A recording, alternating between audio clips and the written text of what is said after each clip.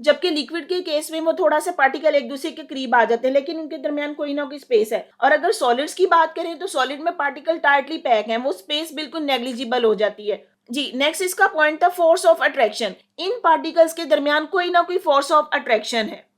और एनर्जी या temperature affect the motion. किसकी मोशन? इन पार्टिकल। हमने कहा कि ये particles continuous state of motion में है और एनर्जी या टेम्परेचर इस मोशन को अफेक्ट करता है। जी अब आते हैं अपने टॉपिक की तरफ दोबारा से। अब यहाँ पे एक बात की गई है कि kinetical particle theory not only explain all the laws which govern behaviour of gases. Mean kinetical particle theory सिर्फ गैसेस के बिहेवियर को एक्सप्लेन नहीं कर रही, बल्कि इसके अलावा वो किसको एक्सप्लेन कर रही है? It also explain the composition of liquid and solid state of matter and the interconversion of all the three state.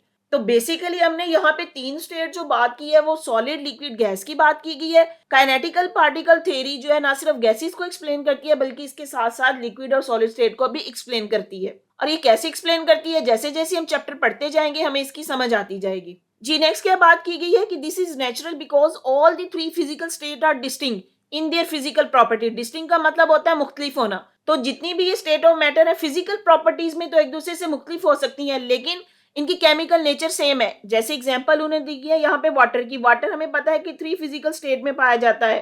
अब उसकी वाटर की थ्री फिजिकल स्टेट देखें। आइस जो इसकी है वो सॉलिड स्टेट है, और वाटर को लिक्विड फॉर्म में वो उसकी लिक्विड स्टेट है, और यही वाटर जो एवेपोरेट हो जाता है उसके वेपर्स बनते हैं तो वो उसकी गैसियस स्टेट है। लेकिन है तो वो वाटर ही, और उसमें उसके पार्टिकल में वाटर का फार्मूला H2O ही रहेगा। तो ये जो बात है कि उनकी फिजिकल प्रॉपर्टी तो डिफरेंट हो सकती है, लेकिन उसकी केमिकल नेचर सेम रहेगी। जी जो नेक्स्ट बात की गई है वो काइनेटिकल पार्टिकल थ्योरी ऑफ गैसेस की बात की गई है कि गैसेस में जो पार्टिकल्स हैं वो कॉन्टिन्यूअस स्टेट ऑफ मोशन में है, कॉन्टिन्यूअली मूव करते रहते हैं, और इस मूवमेंट के दौरान वो पार्टिकल्स एक दूसरे के साथ स्ट्राइक भी करते हैं, उनके दरमियान कोलिजन्स होता है। इसके अलावा यहाँ पे हमें ये भी पता है क्योंकि ये पार्टिकल एक दूसरे से फारली अपार्ट है, इनके दरमियान डिस्टेंस ज्यादा है, इसलिए इनके दरमियान अट्रैक्टिव फोर्सेज जो है वो ना होने के बराबर होती हैं। अब जैसे यहाँ पे देखें, पैराग्राफ पढ़ के देखते हैं। According to kinetical particle theory gases are composed of particle which are in continuous state of random motion. तो काइनेटिकल पार्टिकल थ्योरी का पहली बात ही ये थी कि जितने भी particle they are the continuous state of the motion in all the possible direction, कि किसी भी डायरेक्शन में वो मूव कर सकते हैं। The pressure exerted by gas is due to the collision of its particle with the walls of container. अब यहाँ पे जो गैस पार्टिकल मूव कर रहे हैं, गैस पार्टिकल जो भी हैं किसी न किसी कंटेनर में है, और इस कंटेनर में जब वो मूव कर रहे हैं तो एक दूसरे के साथ कोलाइड करेंगे। इन कोलिजन की वजह से वो कोई प्रेशर भी एक्सर्ट करेंगे एक दूसरे के ऊपर। Since the pressure of the gas in a container does not change with the time at a constant temperature. अगर हमारा टेम्परेचर कांस्टेंट रखा जाए तो ये प्रेशर चेंज नहीं होता। तो इसलिए ये कहा जाता है कि it is assumed that the collision between its particle do not involve any loss और gain of energy due to friction. क्योंकि वो particle continuous state of motion में है, एक दूसरे के साथ कोलिजन कर रहे हैं, और एक दूसरे के साथ कोलिजन की वजह से वो कोई ना कोई प्रेशर एक्सर्ट कर रहे हैं। लेकिन कांस्टेंट टेम्परेचर पे जब ये प्रेशर एक्सर्ट कर रहे हैं तो इसमें कोई भी लॉस या गेन ऑफ एनर्जी नहीं होता। The attractive force between the particle of gases are assume as the negligible since the particle are widely apart at a low pressure. Low pressure पे क्या होता है कि गैस के पार्टिकल एक दूसरे से वाइडली अपार्ट है, उनके दरमियान फासले बहुत ज्यादा हैं। फासले ज्यादा होने की वजह से उनके दरमियान अट्रैक्टिव फोर्सेस ना होने के बराबर होती हैं। लेकिन साथ ही क्या बात कर दी गई है कि एवरेज काइनेटिक एनर्जी। अब यहाँ पे देखिए, जो भी चीज कोई मूविंग हो, जो चीज मूव करती है उसमें कोई एनर्जी होती है, और मूविंग एनर्जी को हम बोलते हैं काइनेटिक एनर्जी। तो यहाँ पे बात क्या की गई है कि the average kinetic energy of particle is directly proportional to temperature. लेकिन टेम्परेचर किस में मेजर करना है? केल्विन स्केल में। तो गैसेस के बारे में हम जब भी बात करेंगे तो आपने ये याद रखना है कि यहाँ पे जो टेम्परेचर लिया जाता है केल्विन स्केल में लिया जाता है। यहाँ पे आपका एक एमसीक्यू भी पूछा जा सकता है, और ये बात आपने याद रखनी है कि इनकी जो काइनेटिक एनर्जी है वो डिपेंड करती है टेम्परेचर पे। The average kinetic energy is the same for all gases at the same temperature. जितनी भी गैसेस ले लें, अगर टेम्परेचर सेम है तो उनकी एवरेज काइनेटिक एनर्जी भी सेम होगी। जी अब देखें, नेक्स्ट पैराग्राफ में बात की गई है लिक्विड्स के बारे में कि काइनेटिक एनर्जी ऑफ लिक्विड, उसमें हमें क्या बात की गई है। According to kinetic theory the particle in the liquid are quite close to one another.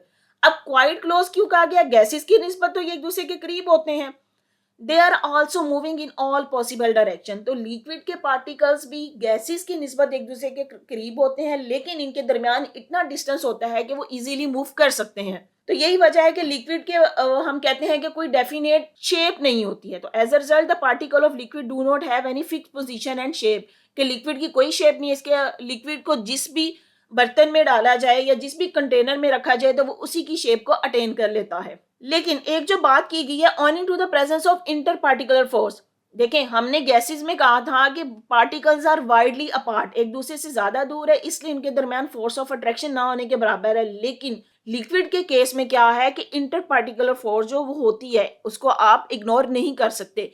यही वजह है कि लिक्विड का वॉल्यूम फिक्स होता है। तो यहाँ पे आप एक शॉर्ट क्वेश्चन पूछा जा सकता है कि why liquid has the fix volume. तो इसका आंसर आपने यही बताना है कि due to the presence of the inter particular force liquid has the fix volume, कि लिक्विड के पार्टिकल्स में एक स्पेसिफिक इंटर पार्टिकुलर फोर्स होती है जिसकी वजह से लिक्विड का वॉल्यूम फिक्स है। In a liquid the particle show all the three type of movements, three type of movements. अब मूवमेंट्स की बात करें तो मूवमेंट की थ्री टाइप्स हैं। एक को हम बोलते हैं translation movement, rotational movement and vibrational movement. यहाँ पे जैसे आपको दे भी दिया गया है, molecule present in a gas and a liquid show all three type of movements simultaneously, namely translational motion होती है, rotational motion and vibrational motion. यहाँ पे अगेन एक और शॉर्ट क्वेश्चन आपके लिए बन गया है कि आपसे पूछा जा सकता है कि मूवमेंट की थ्री टाइप कौन कौन सी हैं, तो आपने ये तीनों के नाम याद रखने हैं। अब ये होती क्या है, ट्रांसलेशनल मोशन क्या है या ट्रांसलेशनल मूवमेंट क्या है? ट्रांसलेशनल मूवमेंट वो मूवमेंट है जिसमें पार्टिकल एक ही डिस्टेंस, एक ही सिमत में अपना डिस्टेंस कवर करते हैं। जैसे फॉर एग्जांपल आप कहीं ट्रैवल कर रहे हैं, आपकी गाड़ी एक ही सिमत में चली जा रही है, तो ये आपकी ट्रांसलेशनल मूवमेंट है। तो इसी तरह पार्टिकल्स की ट्रांसलेशनल मूवमेंट क्या होगी कि वो एक ही सिमत में एक ही डायरेक्शन में मूव करें। और अब रोटेशनल मूवमेंट क्या है? रोटेशन नाम से ही पता चल रहा है, रोटेट करना, घूमना।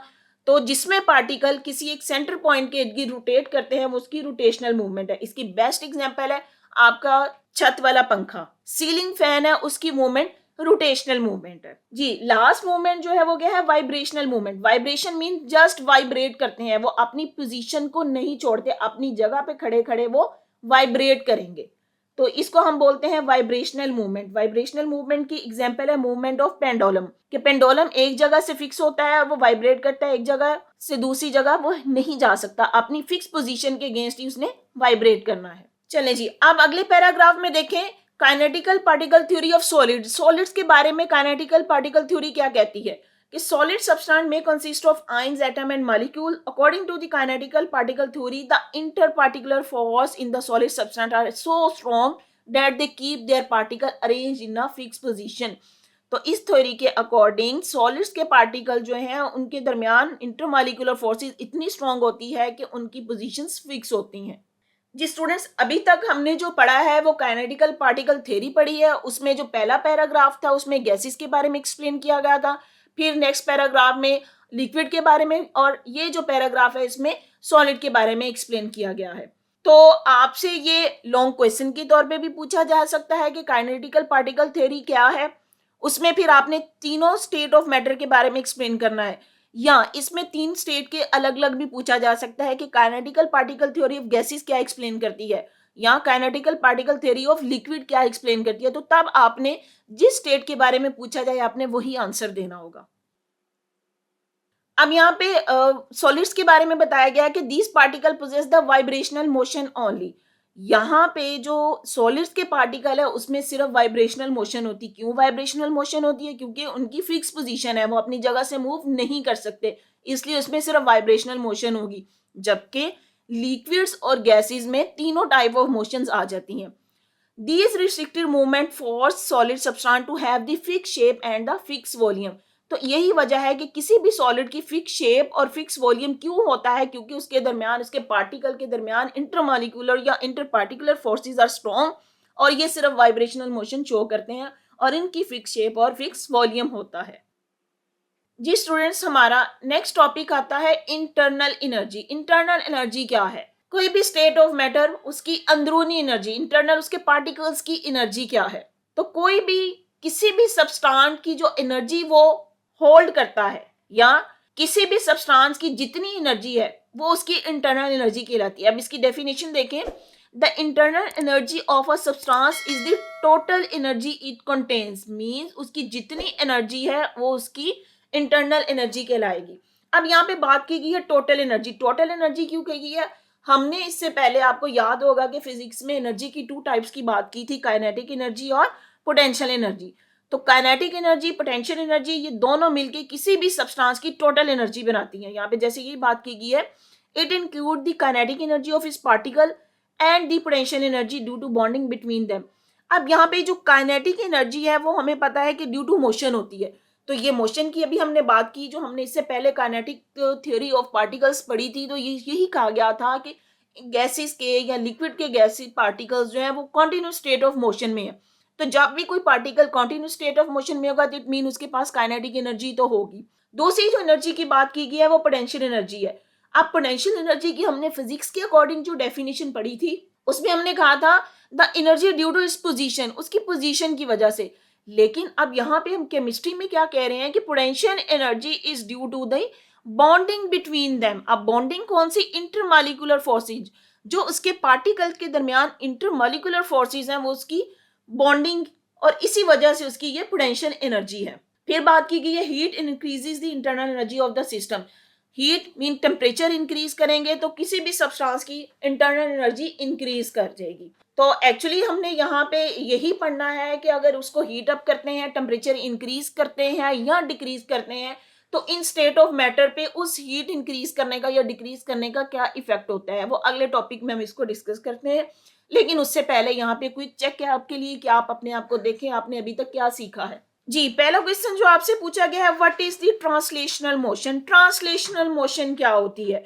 इससे पहले उन्होंने आपको यहाँ पे जो इंटरेस्टिंग इंफॉर्मेशन दी थी उसमें बता दिया था कि ट्रांसलेशनल मोशन क्या होती है। तो एक दफा फिर हम इसकी डेफिनेशन कर लेते हैं। The motion where all the parts of an object move the same distance in the same direction, कि ऐसी मोशन जिसमें जितने भी पार्टिकल्स हैं वो सेम डायरेक्शन में मूव करें, तो इसको हम बोलते हैं ट्रांसलेशनल मोशन। सिंपली इसको हम लीनियर मोशन भी कह सकते हैं। और इसकी एग्जांपल क्या है कि a car driving along a straight highway, कोई भी कार जो स्ट्रेट हाईवे पे जा रही है वो इसकी ट्रांसलेशनल मोशन है। और इसका दूसरा नाम क्या हो सकता है? लीनियर मोशन भी इसको कह सकते हैं। जी चलें अगला क्वेश्चन देखते हैं। Is the average kinetic energy possessed by the particles of a gas and a liquid same at the same temperature. Question में उन्होंने पूछा है कि average kinetic energy by the gas and liquid, के गैस और liquid. अब हमें पता है कि गैस और लिक्विड दोनों अलग अलग स्टेट ऑफ मैटर हैं, तो उनकी एवरेज काइनेटिक एनर्जी सेम होगी टेम्परेचर अगर सेम रखा जाए। तो इसका आंसर होगा यस, क्योंकि यहाँ पे हमने कहा कि काइनेटिक एनर्जी वो डिपेंड करती है टेम्परेचर पे। एक्चुअली काइनेटिक एनर्जी नहीं, टोटल इंटरनल एनर्जी जो है वो डिपेंड कर रही है टेम्परेचर पे। तो यहाँ पे स्टेट ऑफ मैटर चाहे गैस हो या लिक्विड हो, जब उसका टेम्परेचर सेम रखा गया है तो उनकी एवरेज काइनेटिक एनर्जी भी सेम होगी।